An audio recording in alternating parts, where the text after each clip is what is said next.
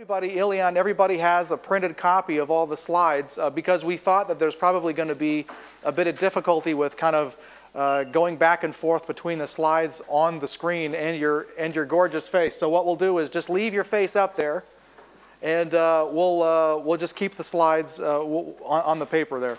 So listen, why don't I stop talking and turn this over to you? You've already got the presentation going, so you go ahead with that.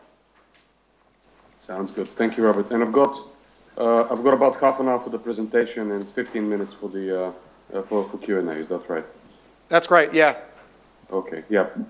Sound quality sounds looks very good. Okay. Well, Robert, thank you very much for the invitation. It's a real pleasure to present to you. It would have been an even greater pleasure if I was there in person, because I believe the weather is a bit better than what we have here. Yeah. Also, if my voice is a bit gone, I apologize in advance. I was in the beer fest in Munich yesterday. I have survived. I caught my plane, and I'm here with you. Okay. Well, just a bit of background, I guess, on me, and also I'll make Robert blush a little bit. Of course, I met Robert back at university when he was doing we were both doing our PhDs in Cambridge at the Judge Business School. Rob was one of the most incredibly intelligent people I met there, but also with a ferocious sense of humor. I paid him to say that. So much so that he finished his PhD on time, whereas I'm still to submit. Yeah. That's the joke's on me. So if we go on slide 2, I'll just give you a brief background on what CambridgeIP is and what it does. It is one of the main reasons I didn't finish my PhD. I started it back in 2006. And at the time, myself and my co-founder, Quinton Tannock, we thought we had identified a gap whereby patent data, which is extremely good, shall we say, in the sense that it's structured, audited, it's information about the technology, about inventors. It was not being used in a business context enough, or at least so we thought. Primarily what you would see is patent agents using patent data as legal information. The patent or IP function for many companies tended to be a black box, something that scared people, that was there, and only a few people in the company understood it. And consequently, there was a gap in terms of how IP and patent information in particular could be used to help companies align their strategy with what's happening in the marketplace, align their strategy with, align their IP strategy with their overall strategy, and just broadly invent more, develop the technologies faster and grow faster.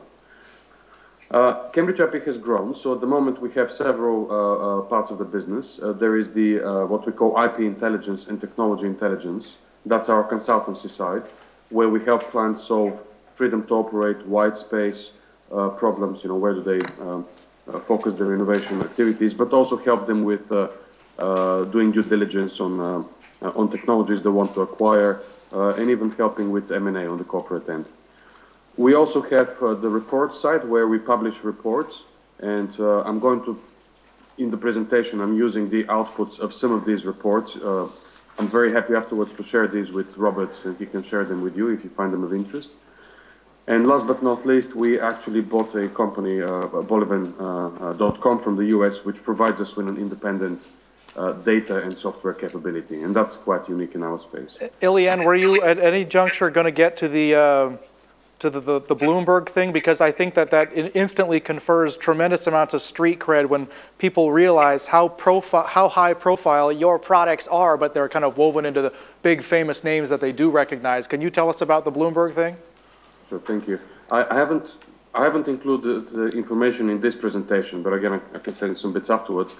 But we work with the likes of Bloomberg, Nature Materials, and other business or scientific publications, and we provide them with data and the analysis behind the topic. The Bloomberg example that Robert mentioned, and he'll deny it, but he did help us figure out some things about the topic. That was focused on the shale gas space, and one of the questions that Bloomberg's clients had was, Well, shale gas is growing in importance everywhere, but in particular what's growing in importance is what do you do with the water?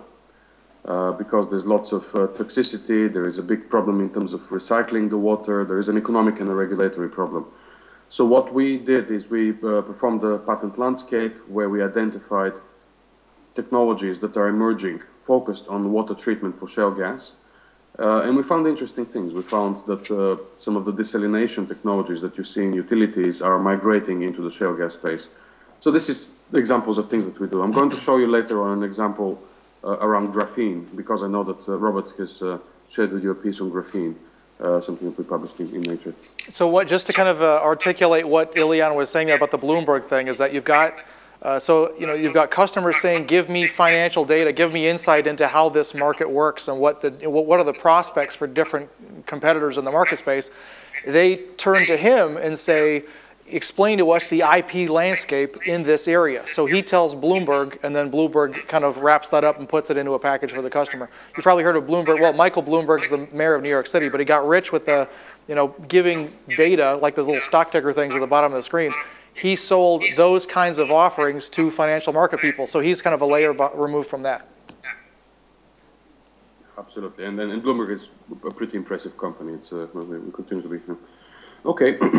So maybe if we just get right into it. If you go on slide 5, it's good to start a discussion with a big group of intelligent people such as yourselves and ask a simple question: is it good or bad? Probably most of you come to this discussion with an opinion either way, or maybe even a mixed opinion. Yeah, there are a lot of issues plaguing the industry. Like any other space, it has its problems, it has its proponents, it has its opponents.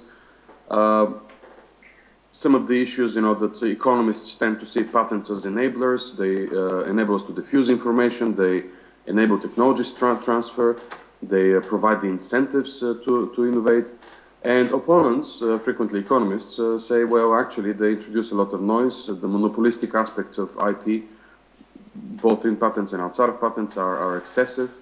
They're favoring large players. So there is evidence from both sides of the story. What we focus on is we're kind of, as a business, we're agnostic about these issues. As a citizen, of course, we have views. But as a business, we are agnostic. What we help companies and we help governments do is we help them understand how to use this tool in the best way possible. Now, if you move on to slide 6, patents we tend to see not only as legal instruments that protect inventions, but we also see it as one of the most significant global technology libraries. There is upwards of 50 or 60 million patents protecting individual technologies and innovations. A lot of that is fairly bad quality stuff, but a lot of it is truly valuable technologies that underpin today's society. Now, we see patent data as structured, comparable, objective, and information-rich. And as such, when we agglomerate it, it enables us to see very rapidly things about the world, about the boundaries of technologies, the boundaries of industries, changes in the composition of an industry, and also the non-trivial manner of, do you have freedom to operate in a space? Now, for whatever it is that you end up doing after your degree, there are lots of free data sources on patents so that you yourselves can do patent searches. It is not, in its most basic form, it is not something terribly complicated. It is not something that you need a patent attorney or even CambridgeIP, dare I say, to do. In fact, most of our clients, even at the most senior level, even if it's a VP R&D at a major corporate client, they will do their own personal patent searches before they beg for time with their in-house patent attorney.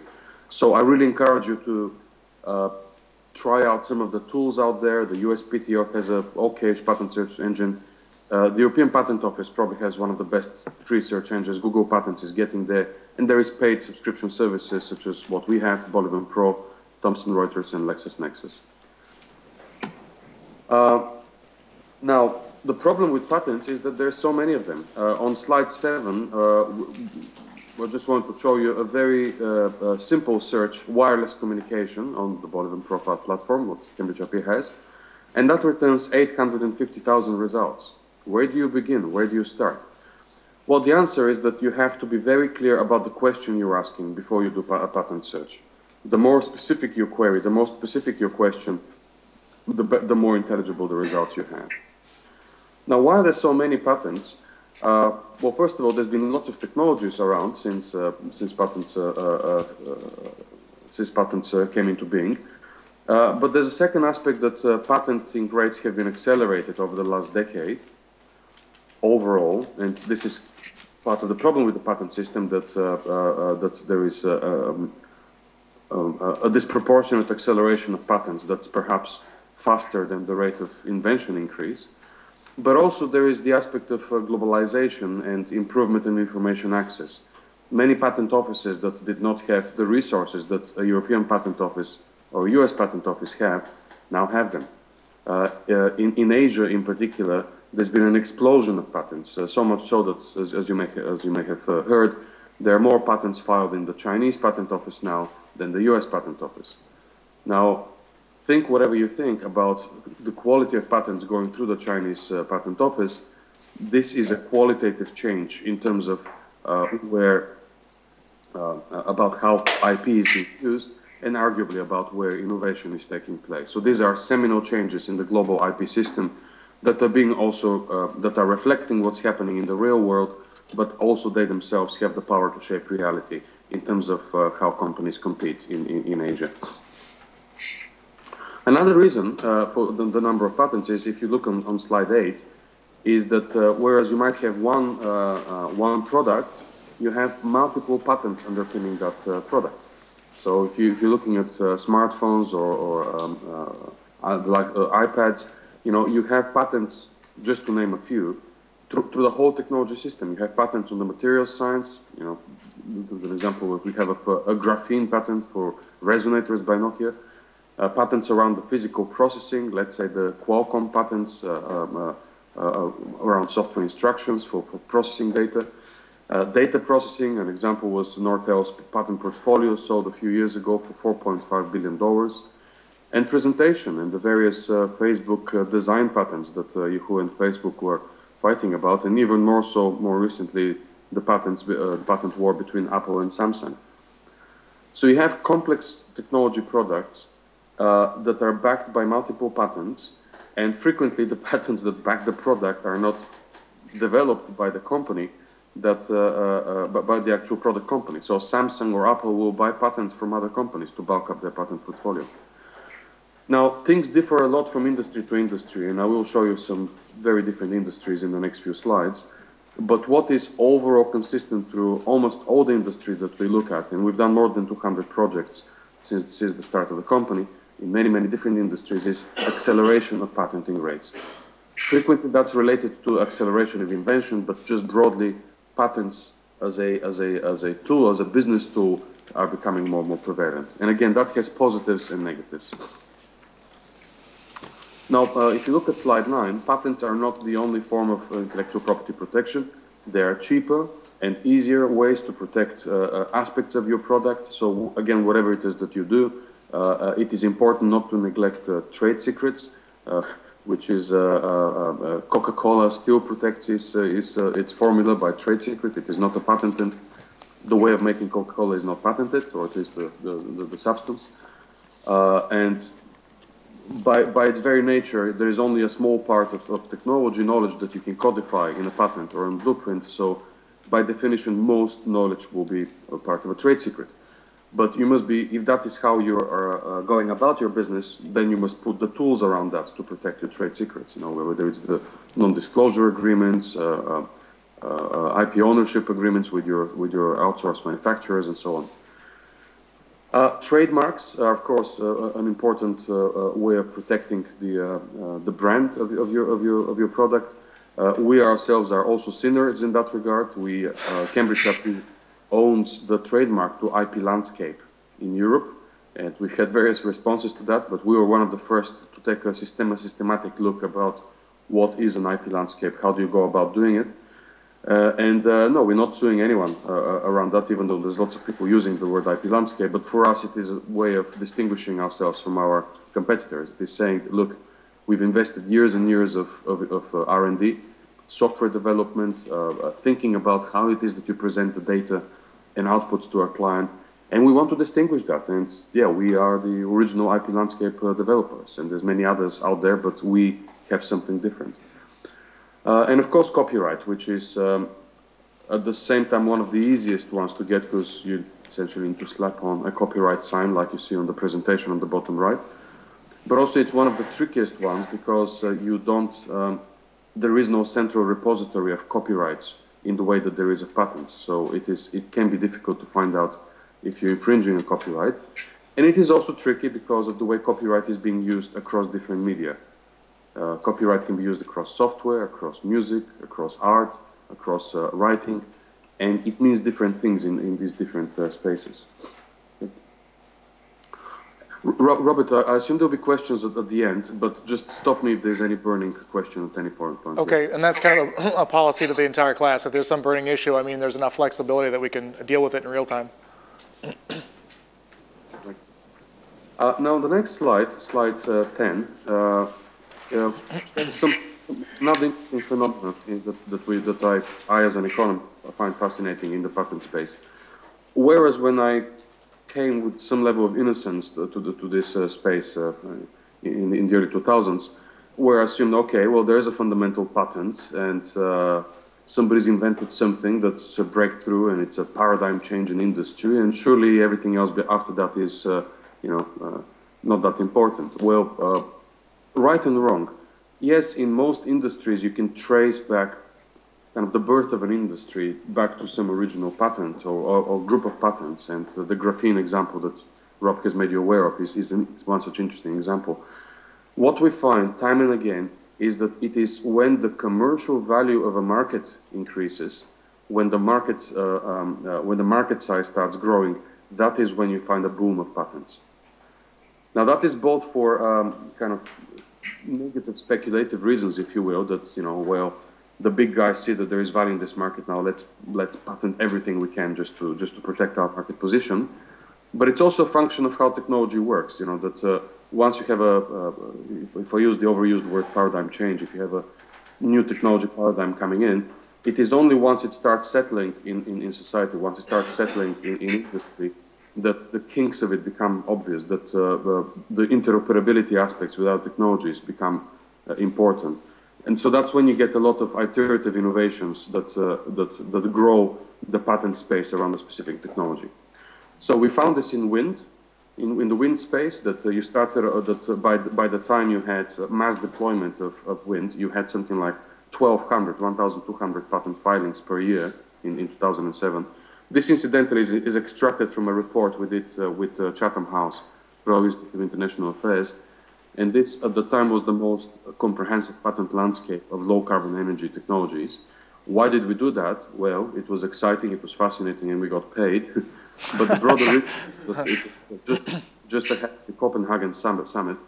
And if you remember, at the time, there was lots of...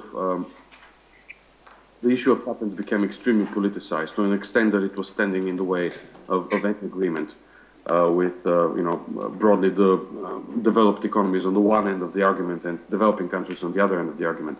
So we just wanted to inform the audience, and I've asked a simple question. Well, okay, well, who is it that owns these technologies? To what extent are developing economies or emerging economies really locked out of the patent system? And how long does it take for technologies to diffuse? And I won't spend too much time on it, but again, it's freely available. It's an interesting report, which at the time we thought made some impact. Ilian, actually, that's probably the right insertion point for a question that I had. I sent to the class, I disseminated this Financial Times article. The date on this thing, I sent this to you a while back. The date on it was July 2nd of this year. And the title is Patents Merely Satisfy a Professor's Pride. And the punchline is that basically this Dr. Andre Geim from the University of Manchester argues that patents are the exclusive plaything of extremely deep-pocketed, massive mega corporations, and the rest of us, it's an illusion. We're chasing rainbows because the moment we try to patent something, the big guys with the team of Philadelphia lawyers swoops down and makes life impossible for us. Can you, and that kind of, it sounds like that's almost very analogous, and this plays out similarly for the less developed nations. Can you shed light on, you know, is this guy being too dramatic by half, or is it just a rich, big company's game? Well, it's not an easy question. I do have some slides specifically on graphene because I wanted to show you what has happened in the several years since they got the Nobel Prize. But it is very, very rare that a patent that has not been, that's just sitting out there, has not been marketed, has been sold. Now, if you guys have any classes in marketing or any business experience, that shouldn't be a surprise because there are very few products that are sold without being marketed or without demonstrating a client the benefits of them. There is a separate set of challenges around commercialization, the commercialization of academic, of university-generated IP. It's a very big and difficult topic.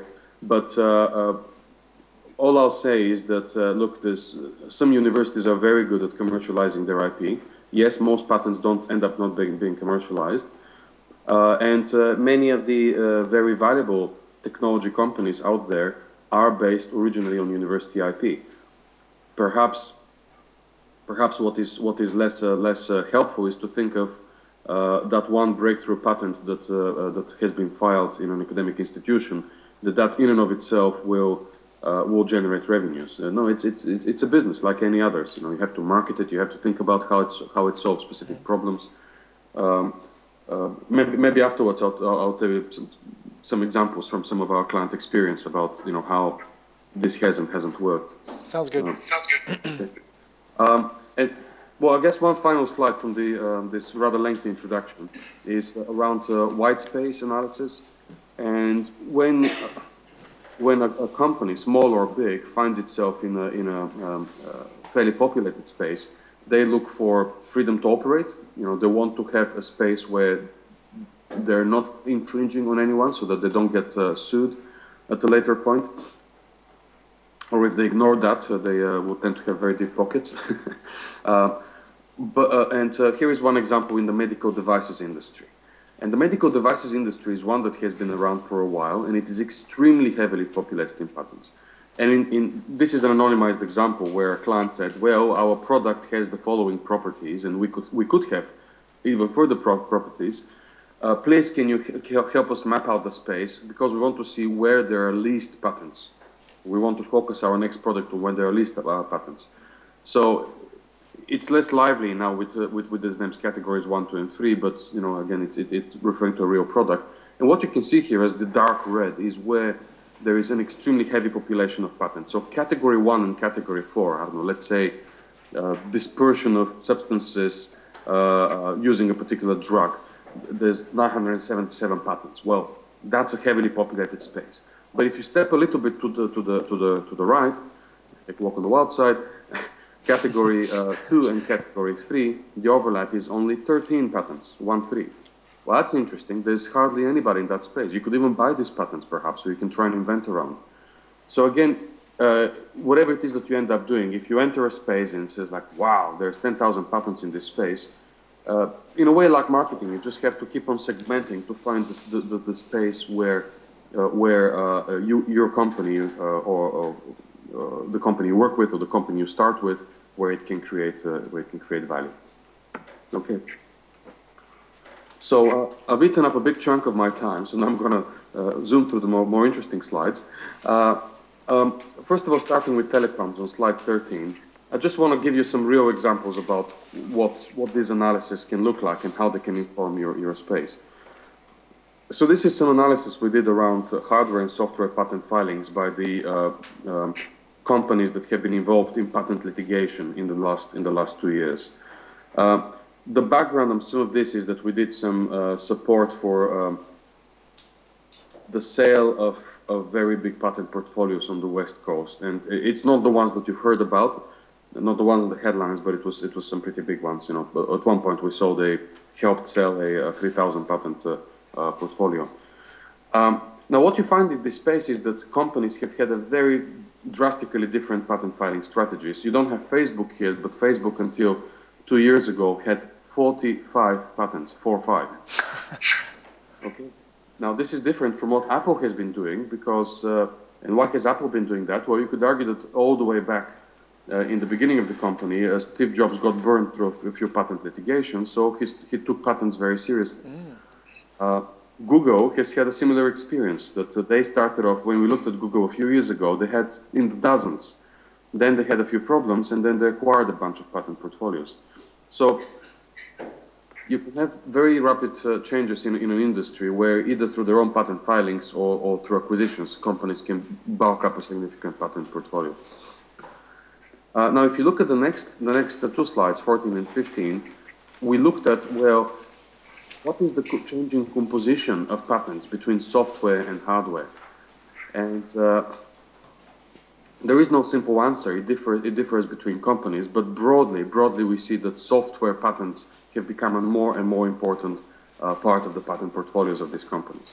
Now, what's striking is that even Apple, which is, well, what would you call it, a hardware or a software company, but in the period 2008-2012, more than half its patents were in software. And this is from remember the companies that I showed you on slide 13, this is perhaps the most hardware intensive one you can think of. But also you find some level of, on the other hand, you find some level of hardware composition in companies that you think of as purely software companies. Now, why is this important? Well, if you are doing big ticket M&A, this sort of analysis can help you identify companies that you want to buy, and it can help you understand better what will they add to the intellectual capital of your company.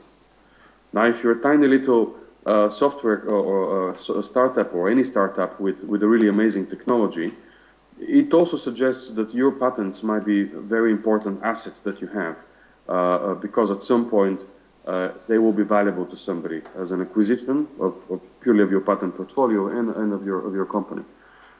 What it also tells companies that are outside of the US, and this is a message we keep on providing to our clients in the UK and Europe, is that, okay, it is very difficult, close to impossible to patent software in Europe, but that's okay, because if you're trying to enter the US market, software patents are very, very important there. So at the very least, you need to know what's going on in the software space in the US.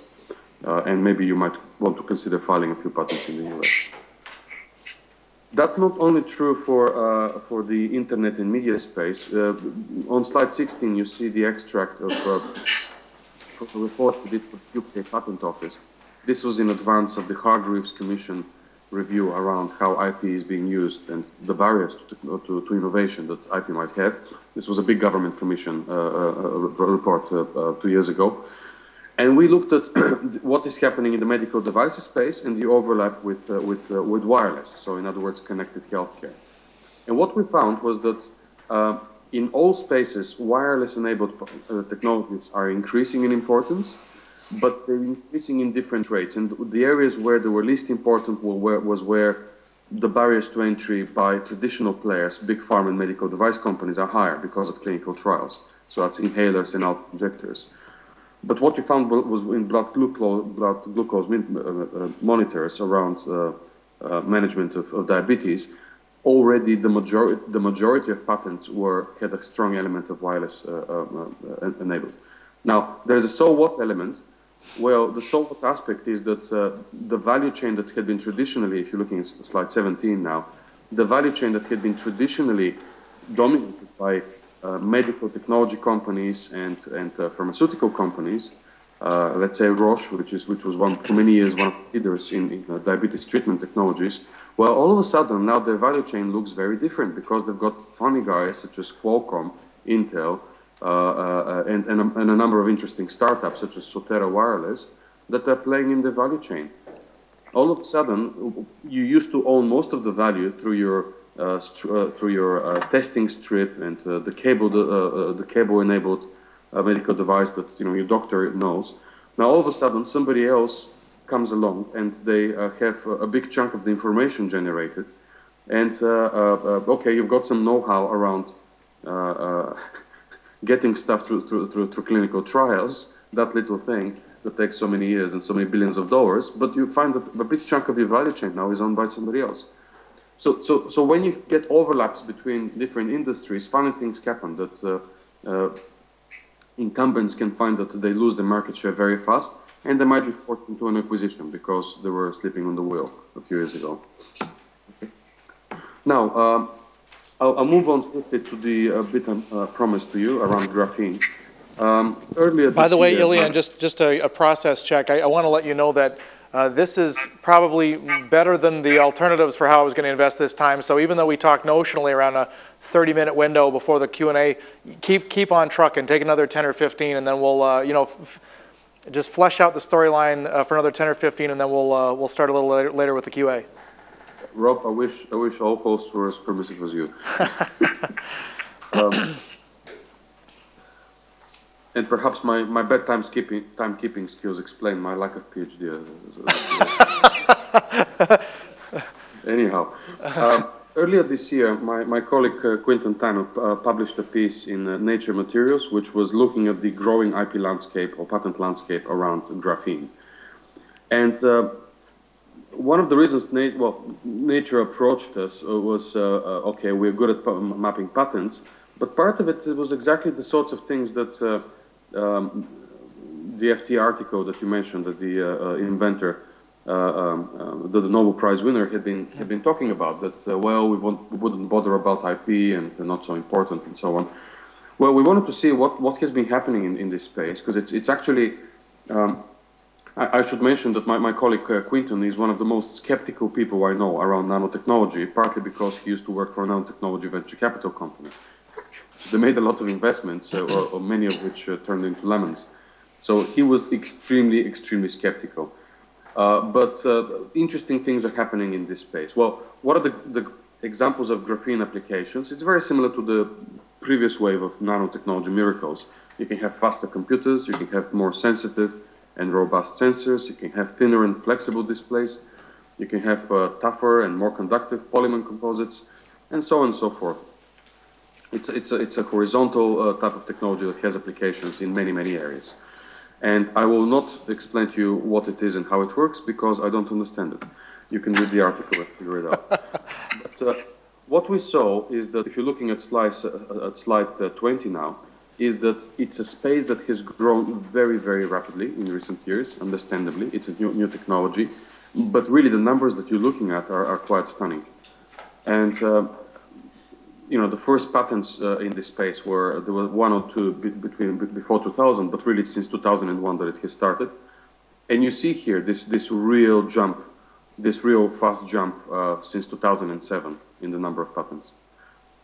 And what you can see is that it's both industry and universities and small and medium enterprises that are patenting heavily in this space. And you're talking big numbers here. In 2010, more than 900 patents filed, patent applications. We're looking at patent applications here, not necessarily patents granted. By the way, you see this drop-off in 2011. That is a function of, it takes up to 18 months for patents to be published. So you will always see a drop-off in the most recent year that's, in a way, artificial. So, yeah, well, what's underneath it? Well, if you look at... It's actually my favorite slide. If you look at slide 21, on the right you've got University of Manchester, which is where the stuff was developed originally and where the Nobel Prize is, and where we don't believe in patents.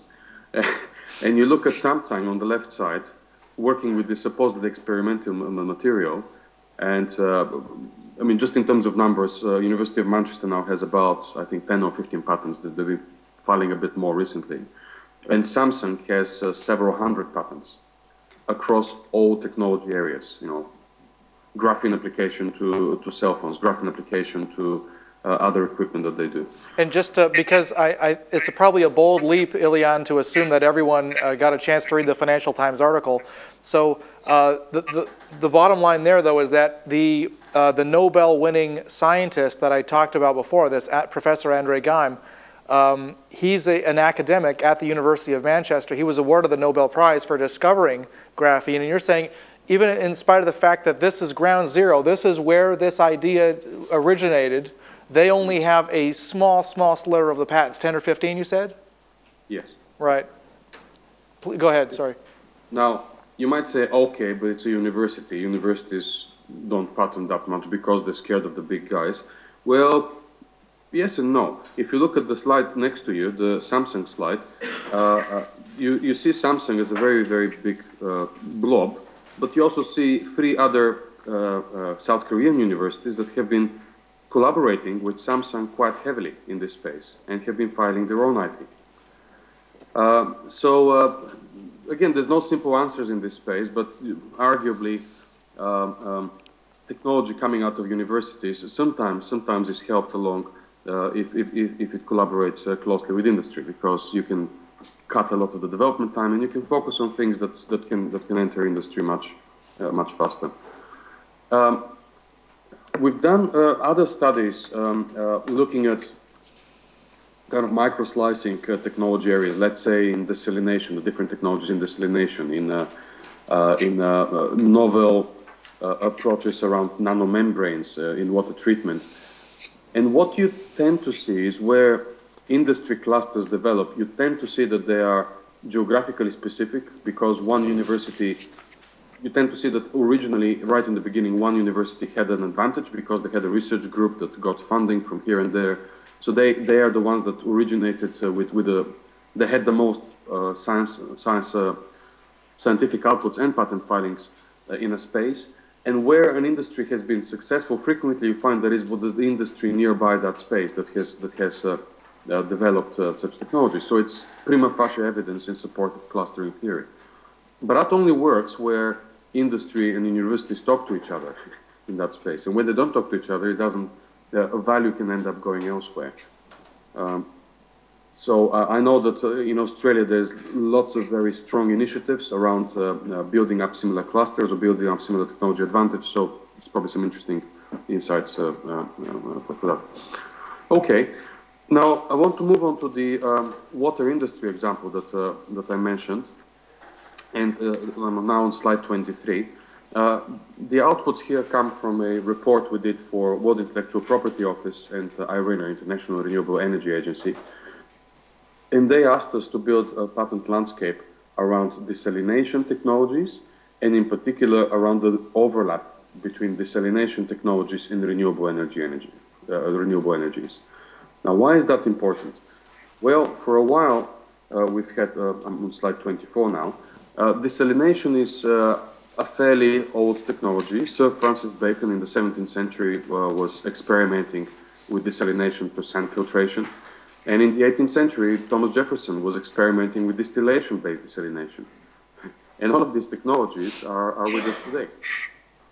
You can think of sand filtration as a sort of a membrane, if you will. So membrane-based reverse osmosis, it's a very big technology. And thermal-based desalination is one of the major technologies. But in the modern era, it's been only in the post-war period that desalination has entered the mainstream. And firstly, in high-income, low-water locations. You can guess which are those. But today, we have something of a revolution happening in the desalination space, that other economies, less niche locations, if you will, such as Australia, such as Barcelona, such as Chennai in India, such as Malta, such as Cyprus, such as many locations in Latin America and Africa, are turning to desalination as a way of resolving part of their water shortage problem. Now, this has been enabled by a step change in the effectiveness and efficiency of technologies around desalination. But still, desalination remains a very energy-intensive technology. So if you're looking at truly mass deployment of desalination, this would lead to a lot of CO2 emissions. And this is why IRENA gets involved. So IRENA is asking questions such as, well, to what extent can we integrate desalination with renewable energy? Should it be only on a modular level? Should it be off-grid? Should it be mainstream? And this is where our analysis came in. So on slide 25, I won't spend much time, but this is a breakdown of the different desalination technologies that are in place. So there's really lots of technology families, and each of them has found its niche in industry. But the integration with renewables differs between those. And if we go on slide 27, you can see the patent landscape around the desalination technologies. Now, the traditional desalination technology systems are heavily patented by the Japanese companies who have been traditionally strong in systems integration. So Mitsubishi, Hitachi, Toshiba, Ebara, Toray Industries, which is very big in the water space. But if you look at the last 5 years, you see a slightly different picture, that you've got certainly Siemens misspelled, but a number of universities and a number of individuals getting into the game. So it's difficult to show in this very quick analysis, but there's been a number of new entrants with exciting technologies coming from Israel, from Germany, from the US, that are introducing exciting new desalination technologies to the marketplace. Now, the integration with renewables, you can see on slide 28, that roughly about a fifth of all patents filed have been focused on integration of desalination and renewables. That's on slide 28. And within that, most of that integration has been with solar power. Now, something interesting that we found is that the water industry is notoriously difficult to break into. And by the way, I'm mentioning these examples, you may or may not care about desalination, but more as examples of this is how companies use IP, and this is how they think about technologies. Many of the companies we've looked at in the desalination space have said, okay, actually it's going to take us such a long time to get into the water utility space because it's disaggregated, it's heavily regulated, it's really conservative. Let's look elsewhere. So what we found is that some of the desalination technologies we found when we were looking at the utilities, civilian use, if you will, are now popping up in the oil and gas space. In terms of the water treatment that I mentioned for shale gas, but also in other areas that Rob can tell you much better about, because he happens to be an expert in this space. And then just a couple of examples on slide 29 and 28 and 30. Slide 29, this is a French company that is focusing on using low temperature thermal desalination. Now, this can be important in industry where you're trying to kind of reuse the excess power. The next slide, 30, is your very own Carnegie Wave Energy, which I believe is an Australian wave and tidal energy company, and they looked at integrating wave power with desalination. Next slide is a collaboration between IBM and Saudi Arabia University in ultra-high concentrated PV, and so on. So these are some of the examples, and maybe as an introduction to the Q&A, if we can turn to the original questions we had. I'm now on slide 33. Are patents good or bad? Patents as enablers and patents as barriers. Perhaps slightly more helpful for the companies you're working for, or the cases you may be doing, how is IP strategy used in that space? What IP strategies may be open? What are the emerging technologies from a business strategy perspective? What patents underpin this? And I'll stop at that. I'm on slide 34. Okay, now we got a bit of just a process explanation here. So I'm wearing this microphone, and if you have questions, then I can stick this in front of your face, and then he can hear you. So, any takers? Anyone have any questions? Okay, well, I've got one. While they're thinking of things that are crossing their mind, I have one. You talked, Ilian, about the fact that, there's a U.S. patent office, there's a European patent office. It sounds like there's certainly a very huge amount of activity in this new Chinese patent space. And I doubt that that's the end of the list. I'm sure it goes on forever. In light of the increasing tendency towards globalization and companies that are everywhere and reach everywhere, is there any move afoot to harmonize these disparate patent standards and offices? Is there any move towards a global patent office, or how does this happen? Well, there's a number of initiatives around harmonizing various aspects of IP. I don't think anybody in the industry believes that we will have a global patent at any point of time, just because of the sovereignty and different jurisdiction issues that are so complex. The closest you have to that is the move to a harmonized European patent, and that is going ahead now. So that's a very exciting thing in Europe, but also for inventors globally, because the EU is one of the big markets, as is the US, as is China, and within the next few years, you will be able to have a single European patent that protects you across the whole of Europe. So that's a very important development. Now, what you have is the World Intellectual Property Office, who is tasked with ensuring that IP is used in a useful manner internationally, but also with harmonizing various legislations. If you're a patent, let's say if you're an inventor in Australia, most likely what you will do is you will file a patent in Australia, then you use that patent to file what's known as a PCT patent through the World Intellectual Property Office, and that will give you the ability to file patents in all of the PCT member countries, which is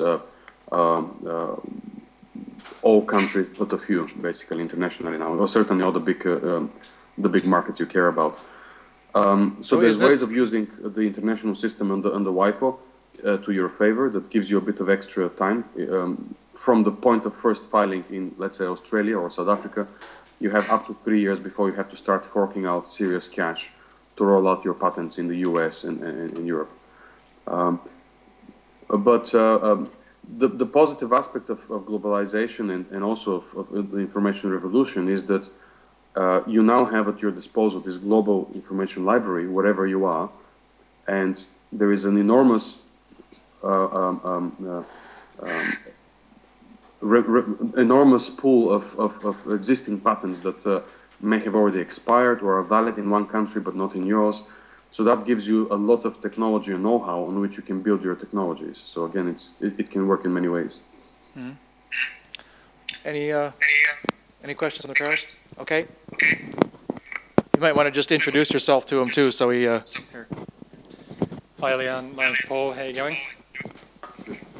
So, looking at the patents as barriers, it looks like it's one of size and scale. If you're a small guy, you don't have the bandwidth to go through the patent thicket. Do you think the visualization tools and some of the software that's emerging is really the thing that will break that barrier down for smaller startups and entrepreneurs? I mean, in many ways, that's what we've been trying to do, so I hope the answer is yes. We've been talking about leveling the playing field because the big corporates have had access to these sorts of tools for a long time, and if they don't have access to these tools, that's okay, because they've got an outsourced office in India with 200 people, so they can always crack the problem, whereas SMEs don't have that luxury. So certainly the quality of tools out there has drastically improved in the last few years. Even the free tools are really, really good, and things that you can get fairly cheaply are important. I think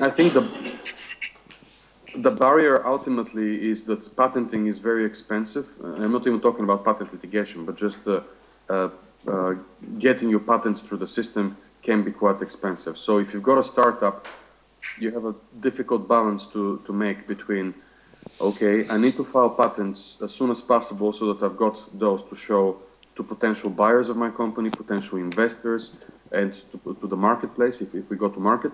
On the other hand, is this the best use of my money, given that I could put that money into R&D? And it's a very, very difficult balance.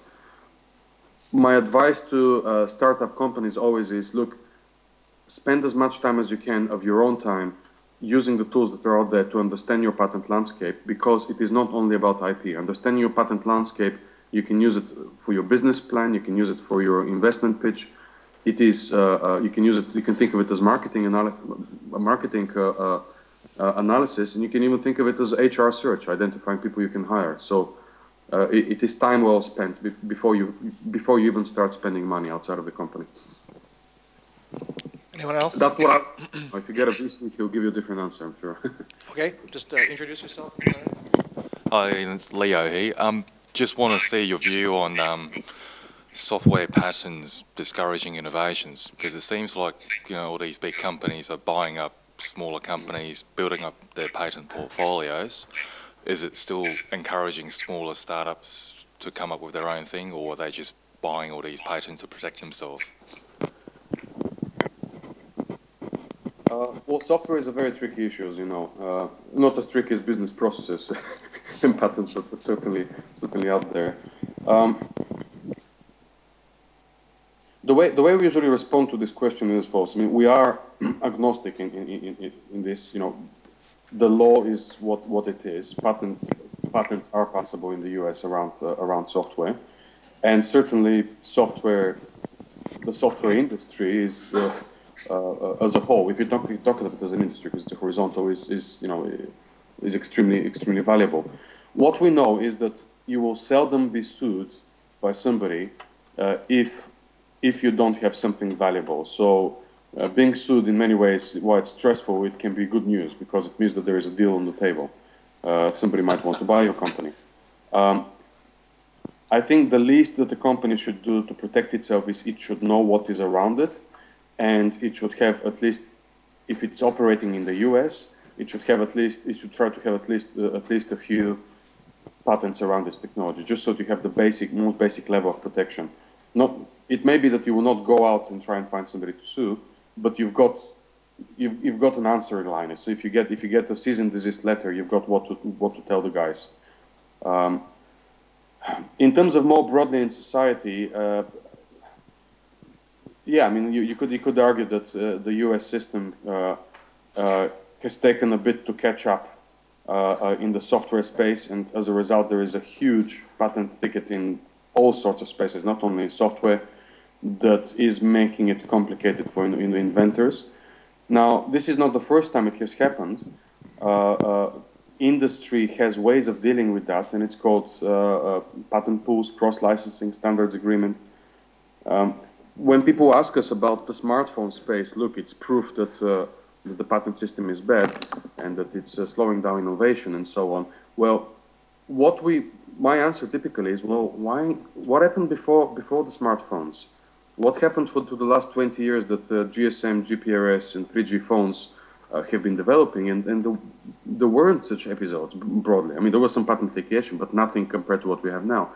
Well, what you had then is you had industry had come together, and for very selfish reasons, and had formed patent pools. So if you had a patent relevant, if you were Motorola and you had a patent relevant to GSM or GPRS or Wi-Fi for that matter, you would put it into the ETSI organization, and you would get royalties, you would make a lot of money, and your technology would be in everybody's kit. But broadly, the industry was able to focus on innovation. I personally think that in the smartphone space, at some point soon, you're going to have a big grand deal, cross-licensing deal, like you've had in the semiconductors industry in the 80s, I think it was. And that will enable the space to continue evolving. Alternatively, in the next point might be some sort of antitrust move, because without naming names, what are they thinking? Winning in this space means that you're going to get more than 50% market share. What government in the world can allow you to have more than 50% market share for something as valuable as that? So, yeah. I'm not sure if it answers your question, but it's... Okay. Hi, Ilian. Michael Brewer here. I'm just interested to know, is there any potential for the whole patent process to implode, given, say, a big player like China, for example, start to ignore patents on a large scale?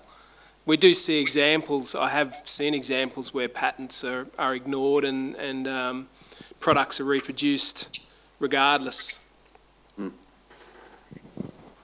Well, I think it's a good and important question, and of course everybody wants to know about IP protection in China. I'll say several things. First thing is, you don't have to go all the way to China to see patent infringement. You can go to my very own country, Bulgaria, which is part of the EU, to see significant levels of infringement. So it's not a China-specific issue.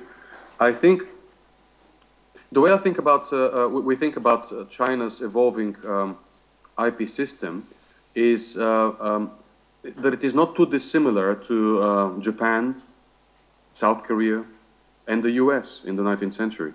And I mean Japan, South Korea in the 20th century.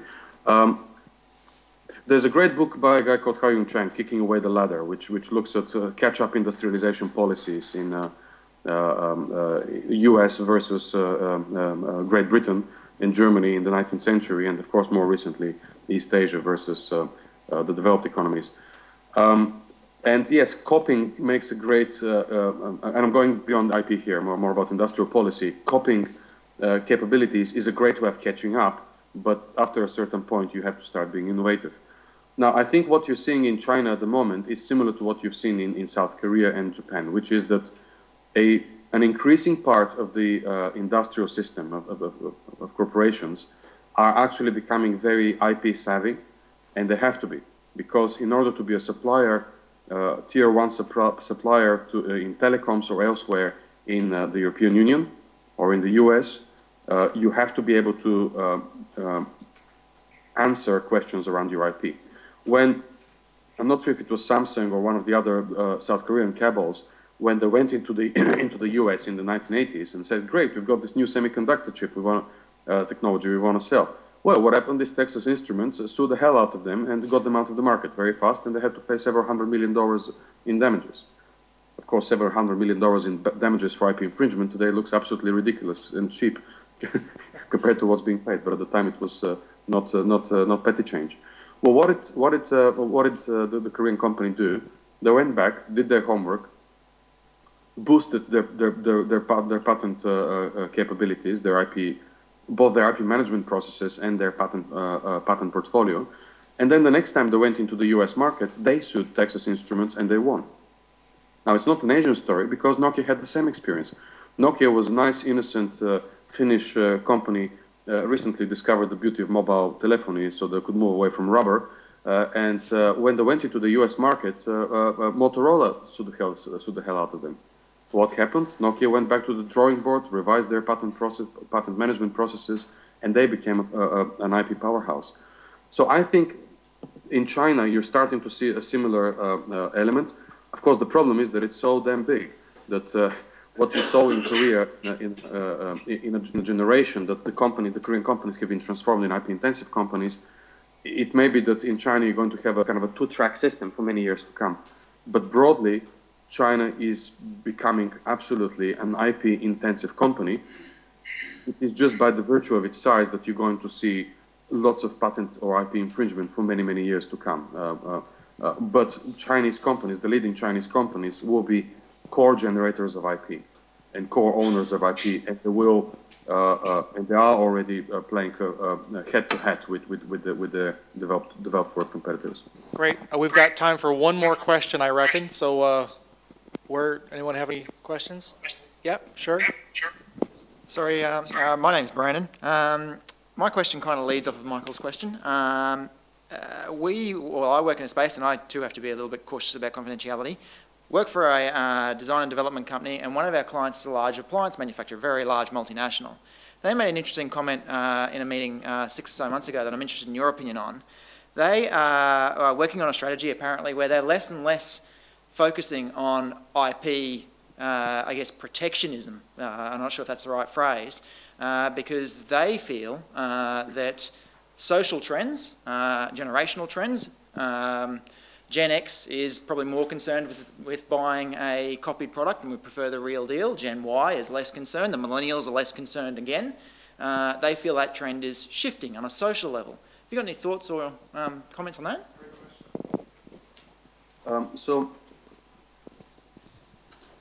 I agree with you absolutely in terms of kind of demographic, social changes linked to demographic changes in different economies. Incidentally, those changes are not universal across all economies. It arguably is only in Western economies that this is happening. The IP system is consistent with many different uses of IP. If you think of open source, somewhere in the back, there are some pretty hardcore IP agreements. You know, that if you're using open source code, you're agreeing on doing certain things with your IP, such as contributing into the common pool. Or there is a bunch of foundational patents behind Linux that or Apache that are owned and maintained by some very big corporates because it is in their interest. If you're thinking of open innovation, there's nothing non-IP about open innovation. If anything, in an open innovation context, companies rely more on external R&D and collaborations than their in-house R&D. Understanding IP is even more important. So there is a branding and marketing and positioning and communications aspect that, look, we're not as evil as pharmaceuticals because we were not going to use our IP in that same way. But you can't avoid there being an IP question elsewhere. It's tautological. There is, by definition, you have IP rights, and then you have a choice what to do with them. But I do think that lots of very interesting models are emerging around open sourcing, around crowdsourcing, around patent pooling in socially important areas. For instance, there are some examples in the pharma space that big pharma are pooling together their patents in neglected diseases, which is enabling generics companies and others to have access to that IP and develop combinational drugs. So the space is definitely becoming more creative, more interesting. Ilian, that's all the time we have. I'm sure we have lots more questions we'd love to pursue, but the bad news, though, is that we're out of time at this point. I do, on behalf of the entire class, I want to say thank you very much. This has been very enriching, certainly much more enriching than if I had to talk about IP stuff all on my own. And we're all very grateful that you gave us an hour out of your time. Thanks very much. Thank you. Ilian, so basically, I don't know what the equivalent of hanging up phone protocol is on Skype calls, but that's what we're going to have to do now. Enjoy the rest of the day in London, and we'll talk to you later. All right, take care. Thanks. Rob, I saw a quote today that said competition is competition is the best form of idea validation. Yeah, that's kind of what he said too about the you know that you've done something right when they're kind of prepping the lawyers and you're going to get sued. Because if your idea stinks, nobody cares, right? So that's the first sign that things are going well is when you get a subpoena or a lawsuit or something. Yeah, that's a good point. So I'd like to move on, and we only have 30 minutes to do the highlights from Chapter 8. That's all about collaboration strategies. The reason I didn't mind de-emphasizing that chapter a little bit in terms of our time focus today is simply because I think that the textbook does a pretty reasonable job of articulating what one's options are in that space. So let's just kick things right off with the Xeno mouse case study here. I'd like to apologize. Basically, usually you like to kind of spice things up a little bit by offering you some kind of video thing that kind of gives you some appreciation for what this technology is about. I looked high and low. I can't really find very much about the Xeno mouse phenomenon, which is surprising given that this actually was a real money thing. So who knows a little bit about biotechnology and can tell us a bit about what Xeno mouse was about? They were doing genetic modifications to genes in mice. Right. Right, so I'm quoting because I'm going to screw this up unless I quote directly. Xeno mouse was a strain of genetically engineered mice capable of producing antibodies with human protein sequences. So they could kind of use these mice to kind of to create solutions for human illnesses. Am I getting that about right? Use it to test like human protein. Oh, Leo would know that. Okay.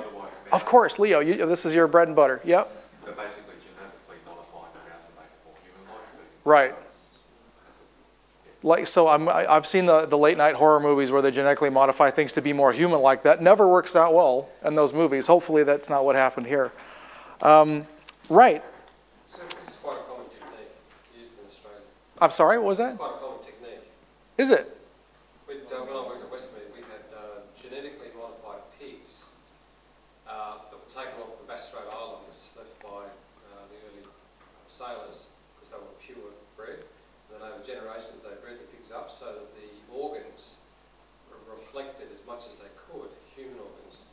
And the idea was that they wanted to produce, in that case, they were trying to produce islet cells out of pancreas to solve diabetes. But ultimately they want to harvest pigs and get kidneys, livers, that sort of stuff, and transplant them on diet. Right. Okay. Any other interesting stories about that? I mean, I don't know much directly about this space, so I'm kind of learning it here. But yeah. So just as important as the technology itself is how Abgenics went about getting out there into the market. So what were their options? What was in front of them for possibilities here? Go it alone or not go it alone, and kind of get friends, get in bed with somebody and do this. What was their calculation that went on in their minds about here in the book? They characterize it as the handing off option, the joint venture option, and the solo development option. What were their concerns with the handing off option? What do they feel like they were giving up, and what do they think that they were gaining? Design abilities, or control of how they want it to be used or developed further. Yep. And because it sort of gave up their license to develop the drugs in it as well. So not just the mice technology itself. I don't know how to explain the technology, but giving up the genetically modified mice, but also the ability to use it to test as well. Okay. So it's sort of had a double. Leo, this is a subtlety that you may be better qualified to chime in on. No? Not really? Okay. I appreciate your candor and honesty. Good. All right, so that's what it cost them to hand things off. What's in the plus column, though, for when they just kind of give it to someone else, presumably on a licensing basis? So they instantly start making money, but what else do they get? They get paid up front and they get a royalty. They get royalty, and it's pretty much pure profit after that. The expenses and the risk have just been minimized instantly with that one decision. Start creating a sort of almost a common market for the thing too, a common technique. That's interesting. You mean they standardized Yeah. by freezing the protocol, or? Yeah, well, it's a standard. They're using a standard technique across the research industry that they're licensing these things to. Okay, so it establishes a standard in the industry. That's interesting. Franchising it's kind of like the franchising equivalent for science. Okay, yeah, that's interesting. What else do they achieve by kicking it out the door and letting other people do it? Speed, exactly. Because they're probably, I mean, it's not some ma and pa organization that's going to pick this up. It's invariably going to be somebody with very deep pockets, some kind of monolithic organization with a huge marketing presence and all the stuff that goes with it. Kind of like in the earlier case studies we talked about with the orphan diseases, right? The moment that they kind of reach out to that larger organization, it wasn't just the marketing stuff. What else can bigger companies do really well in this space? Manufacturing, right? They can make lots of it really quickly, and the little guys have trouble because there's an enormous amount of capital that goes into that. So, and then let's kind of go to the other end of the spectrum and look at solo development. By keeping it, jealously guarding it and doing it all by themselves, what would they gain by doing that instead? Right? But the risk that comes with that too, because if that came to be just a big goose egg zero, then that's their problem, exclusively their problem. What else would it allow them to do if they did it all by themselves? And let's kind of leverage the response that you gave earlier, that they would maintain that let's call it creative control over the next generation of the technology. This is still theirs to control, to steer. Okay, so what did they wind up doing? What was their choice in the end? They licensed it out. They licensed it out, absolutely. And there was some compelling industry dynamics in there that kind of lit a fire under their backsides and made them think, wow, we need to move fast. And that kind of underlined in their minds, all right, it's not like we're operating in a vacuum here. We actually need to step on the accelerator pedal and make this happen now. What was that did that? Another company with the EGF technology. Right. Other companies were making progress. Again, it's kind of a replay of the last case study too. Were these small companies that were probably going to, they were so capital constrained? No, these are big monster companies that, they just ooze cash. And the moment they get the science, that's it. They've got a lock on it. So They had to get there first. So they needed to catapult themselves into that more competitive situation. Then licensing made a lot of sense to them. Okay?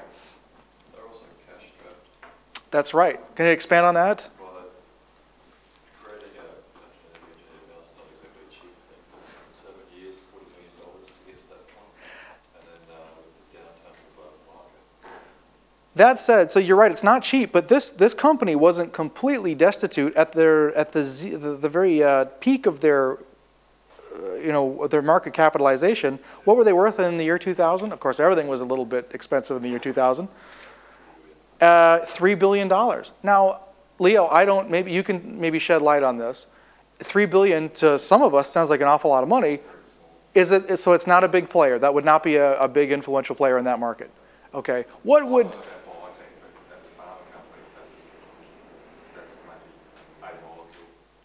A molecule. You mean in terms of the radius of intellectual property? So they would own one good molecule, and then they... Yeah. Okay, so $3 billion sounds like an impressive figure to some industries, but it's not a lot for that. So this is the bioengineering equivalent of a corner store. This is not a big money thing. I'm not trying to be, disparaging against it, but $3 billion isn't the biggest company in that space by any stretch. Okay, so yes, this made them potentially vulnerable, and it made them a little bit, we're going to need the help. We don't have the deep pockets to do this on our own. Where's that valuation come from? Great question. They didn't actually explain that. The thing is that in 2000, before the dot-com crash came down and everything kind of went to hell, I think it was like there was a different standard for valuing companies, that we were all drinking the Kool-Aid for a while, and none of us can explain it. Look back and go, what were we thinking? So I can't even tell you how they came up with that number, but I'm pretty sure that we would be slightly more sober about it now. Is that right? Well, at least I'm consistent. I wasn't then, and I'm still not now. So I've got that going for me. But I just think it's a lot of prospecting for the market, so that market cap is just shareholders taking it apart saying this is going to be worth X amount. Overconfidence at that time in the market, but still, that's people putting money down saying, I predict this will make money. Right. So there's the wisdom of crowds thing. And a bit Yeah. of pressure, external pressure coming to bear to say, maybe that's what created that catalyst. They've got to move because not just their supply chain, but also the market was saying, we expect big things, their owners, if you like. Okay. Yeah, that makes sense. That value come back to what you were working out on the board last week to do with that PE factor or whatever. Like if they're in with pharma companies and biotech companies where their ratio is something massive, they could be calculating it based on that as well, couldn't they? So let me try to read between the lines. Are you saying that would distort? That's a distorting influence. They're estimating at $3 billion, but if they're like a blip on the massive radar of everything that's biotech and pharma industry, that could be completely overinflated just. Because of the neighborhood where they live, you mean? And yeah. Yeah. That neighborhood is allowing like that xeno-mouse's prospects to just get completely blown. Yeah. Well, that's kind of all the frothiness and craziness that was the dot-com boom. That's that's how that works, right? You get an industry that just gets lathered up in nuts, right? And I completely buy that the surrounding industry could make valuations go higher because of expectations like that. That makes sense to me. Any naysayers or different opinions on that one? Okay. I'm going to the questions that the textbook asks. We talked about the pros and cons. I like number 3. How does Abgenix's decision about collaborating for ABX-EGF impact its prospects for its other drug development projects? They're going to put all their resources into that. Bingo. If they did this on their own, they become a one-hit wonder at that point, because maybe $3 billion isn't a lot for a market capitalization for a company, but these projects are so expensive, or so says the case study, that this is really the only bullet in the gun. So if they bet heavy on this and went alone on it, there was a huge reward if it came up big.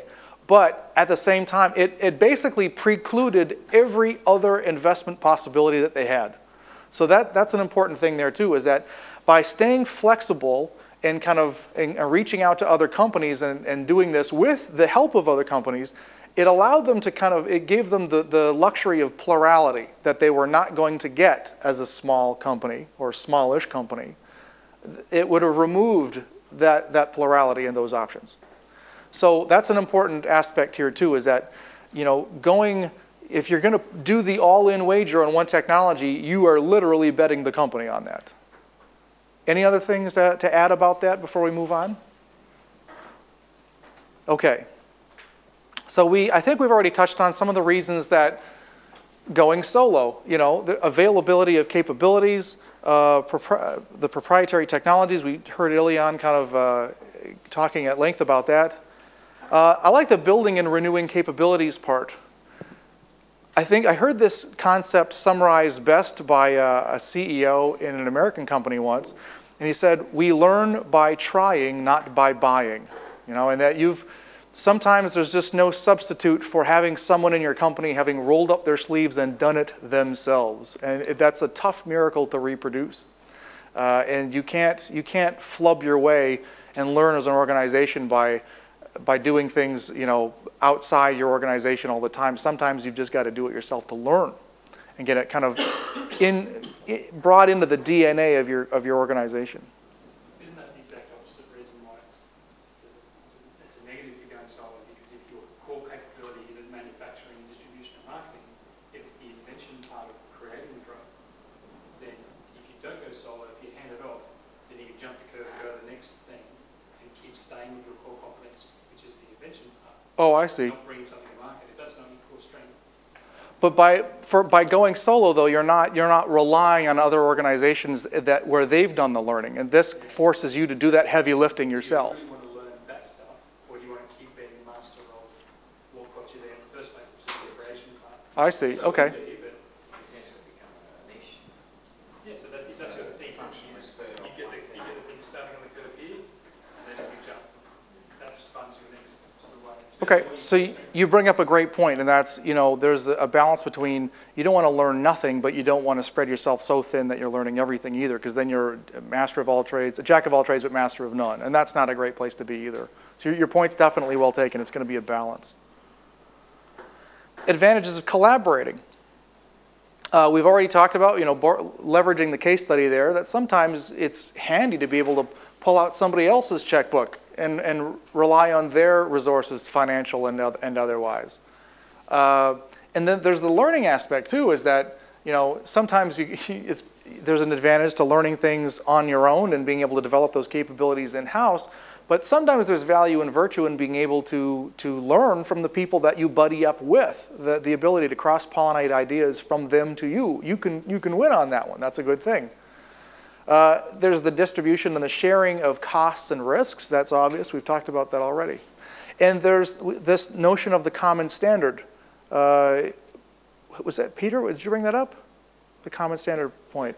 Yeah, that was you. So yeah, we've already kind of enumerated the advantages of collaborating. Here they are again.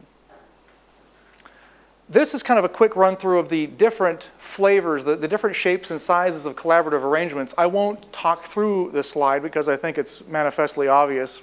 And if you've read the chapter, then this is fairly well articulated there. But again, it's like kind of a spectrum, you know, of different possibilities. Again, I think that this is very fruitful, a great opportunity for some people with regards to their individual projects. Assignment number 2.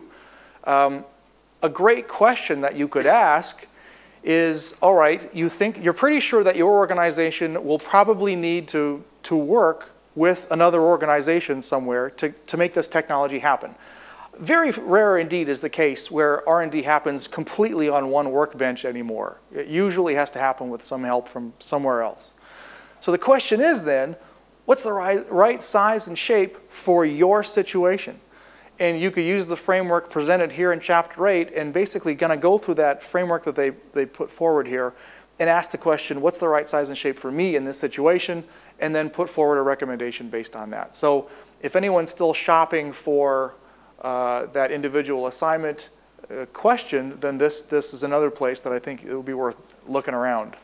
I skimmed over the venture capital thing, which I thought was pretty important.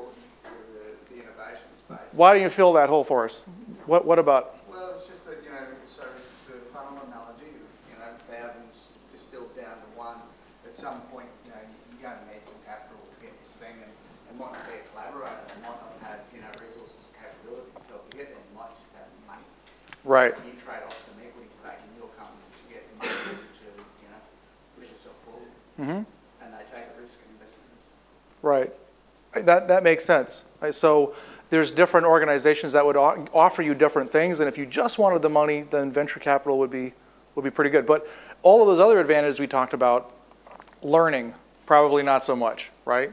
That's just take the money and run. They're a bank, basically. A bank with a different threshold for risk. Yeah.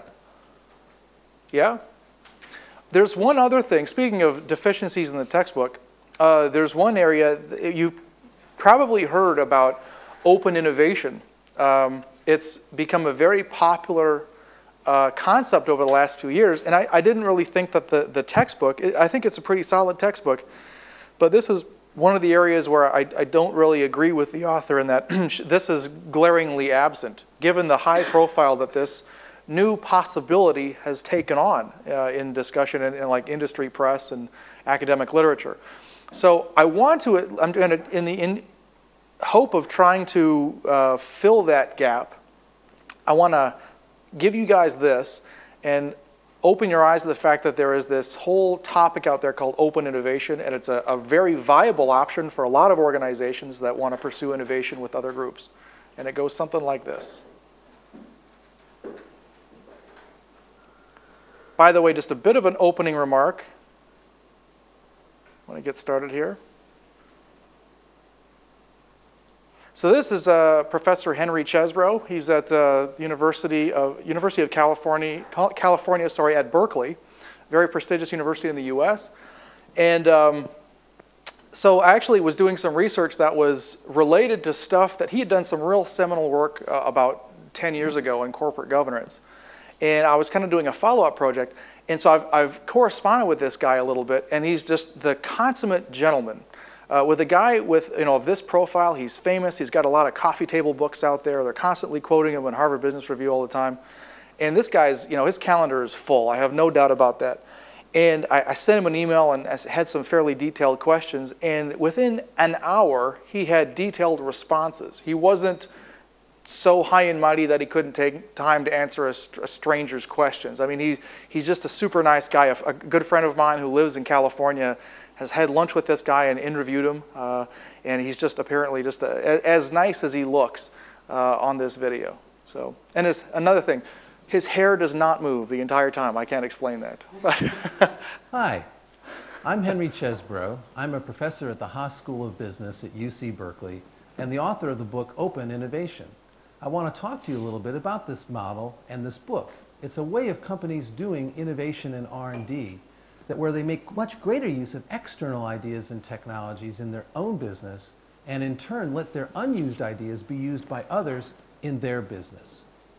The old model of innovation was a closed model of innovation. Think of a product development funnel turned on its side, where ideas come from a science and technology base, are winnowed down and selected and taken to the market. This is a classic technology push model. It worked very well for a long time in many industries, but these days there's too much useful knowledge available in too many areas all over the world to try to do it all yourself. Instead, what we need is an open model. So now we still have in the open innovation model an R&D funnel turned on its side, but you'll see there are many more pathways into the model for ideas to come in, not only from inside, but also from the outside. And in turn, when those ideas are taken to market, some of them go through the company's own processes, but others go through other processes, think of licenses, spin-offs, or joint ventures, to get to the market. So in the open innovation model, it's much more open coming in and much more open coming out. So look at some examples of this from companies that I've had a chance to work with. One company would be Intel, the semiconductor company. They do a great deal of internal R&D. But in addition, they leverage and complement that internal R&D with an extensive set of programs to identify, recognize, and then transfer external ideas from technologies, from universities, startups, So they bring in a lot of external stuff to complement their internal R&D. In turn, they build platforms for others to build upon and take advantage of their technology. So they try to construct an ecosystem around their technologies. So they would be one good example. A second example, also in the computer industry, would be IBM, where IBM, like Intel, has a strong, extensive internal program of R&D, but they leverage and extend that by partnering with open source software projects, for example, think of Linux or Java, and then building complementary goods that build on top of that, and then wrapping around that their IBM Global Services offering that install all of that on the customer's premises to the customer's requirements. IBM also does a lot to let their unused ideas go to the outside. They have a very active outbound licensing program. They work with other companies and allow them to use IBM facilities to make semiconductor chips. So they've really become much more open, both coming into IBM and going out. And this is not restricted to high tech. Procter & Gamble in the consumer packaged goods space has also created a program of open innovation. They have a very strong group of technology scouts that go out and look for external ideas to bring into the company. They also do a lot with their unused patents to let others make use of them with Procter & Gamble. So whether it's in high tech or consumer packaged goods, open innovation is becoming a much more powerful force in how companies are doing innovation. And this brings us to UTech. UTech has been one of the pioneers in helping companies lift technology out of universities and putting them into companies. Unlike university tech transfer offices, UTech's processes are much more flexible and geared to the needs of startup companies that might be looking for new technologies but can't afford to pay the ongoing royalty payments that universities insist upon. In addition, UTech has a number of services that they offer that help larger companies that are more established evaluate what unused ideas and technologies that they have that might be very valuable in a market to somebody else that aren't being used internally. So whether you're bringing ideas from outside from the university or looking to get value out of internal ideas being taken to the outside, UTech has a variety of services to help and assist in that. I've joined them as a strategic advisor, and I'm excited about working with them and taking the open innovation model further into the future. Thanks. So there's kind of like the founding father of the concept of open innovation. And this is a great example. This is a very short video where Procter & Gamble is kind of extolling the virtues of this approach, and it's profoundly changed how they manage innovation and how they conduct themselves in that space. Open innovation was one of the most important decisions we made about a decade ago. We were struggling at the time. Only about 15% of the new brands and products that we brought to market were successful commercially. And even with that low success rate, we were relatively slow. It was taking us too long to bring new technologies, new products to market. So we asked ourselves, why? And one of the conclusions that we drew at the time was that we weren't using all of the resources available to us.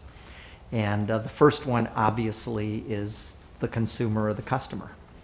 We had to bring the consumer and the customer in a meaningful way into not just the innovation dialogue, not just into consumer and product research. We had to get them involved in co-creating and co-designing with us, and we began to do that.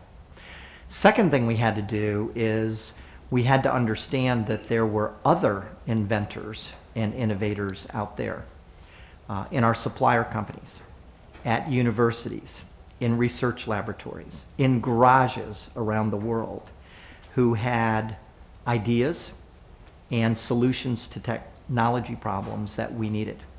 And so we literally opened the doors and began to invite them in. Culturally, it was very difficult because we had run our own rather large research and development facilities around the world. The focus had been on invention, so on the invention of the technology or the molecule, And it hadn't really been on innovation in the sense that you take that invention into the market, it meets an unmet need that a customer or consumer has, and it creates a commercial success. So my biggest challenge was to bring all of the PhDs and master degree engineers and scientists along around the world. And I worked very hard on that. And the approach was basically an experimental approach. I asked the different innovation teams to try opening up and to see whether they could increase the success rate with their new inventions and technologies, or accelerate the pace with which we could bring them to market. And fortunately, we got lucky. Both happened. Our success rate went from about 15% to about 50%, and our pace improved dramatically, and we're now to the point where we bring dozens of new products to the market every single year. So he's a very happy customer, changing to open innovation. So again, I can't really explain it. I thought the textbook was a bit weak on that one. And this last, I'm officially over by a minute here, but this last slide I wanted to talk about, I sent out in the reading pack for this week, there was that article about Boeing. I kind of made that the least prioritized, and I said if you have to drop something in your reading pile, then this was probably the one that should go. But I think that it tells an important story anyway. So Boeing, and this isn't the only company that's feeling this way and that's acting like this, but Boeing is kind of realizing that they went too far with their outsourcing. So we talk about collaboration models, and outsourcing was a very big deal in the late 90s, and right up to the dot-com era. Every CEO's mind was filled with, how can I outsource just about everything, right? Was anyone working in a company that it just felt like they were gutting everything and everything was outsourced and to faraway countries? And did anyone? I know Shell was doing that. Yours did that too. Were you? With Tyco? Yeah. The electronics and manufacturing. Yep. Right. Yeah. So just all around the world, and then China hit, and it was all about China, and then had quality problems, and it wasn't about China. Right.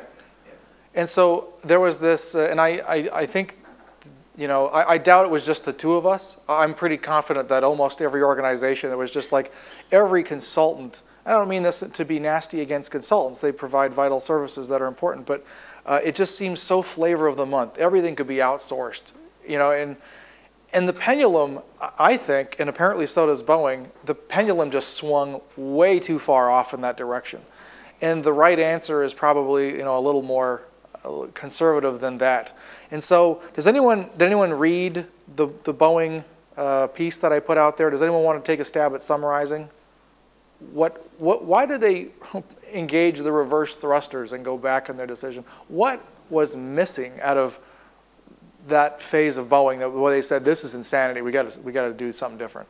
Well, they couldn't control some of the outsourced partners. Yep. They were either slow or, they sort of, I guess some of them woke up and probably thought they had them by the short and curly, so they did what they wanted. Agreed.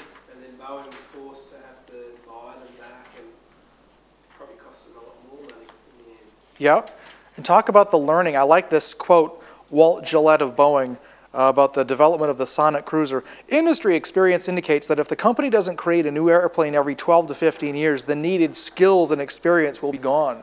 So there's again that theme of, we learn by trying, not by buying. Like if you're just a bunch of bean counters and accountants that are kind of making decisions purely on the basis of what is the cheapest, then you lose that inherent ability inside an organization to do stuff other than just buy, right?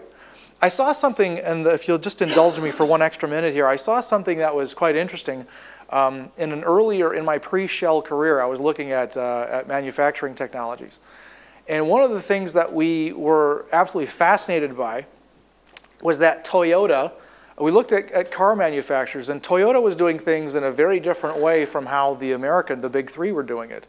American car companies basically said, we don't do robots. We're a car company. And so we outsource the robot thing completely. Now, a lot of robots go into a car plant. I don't know if you've ever been to one, but there's a lot. And Toyota did something that was it looked on the surface of it quite strange. They partially outsourced their robot building and design requirements, the creation of the robots.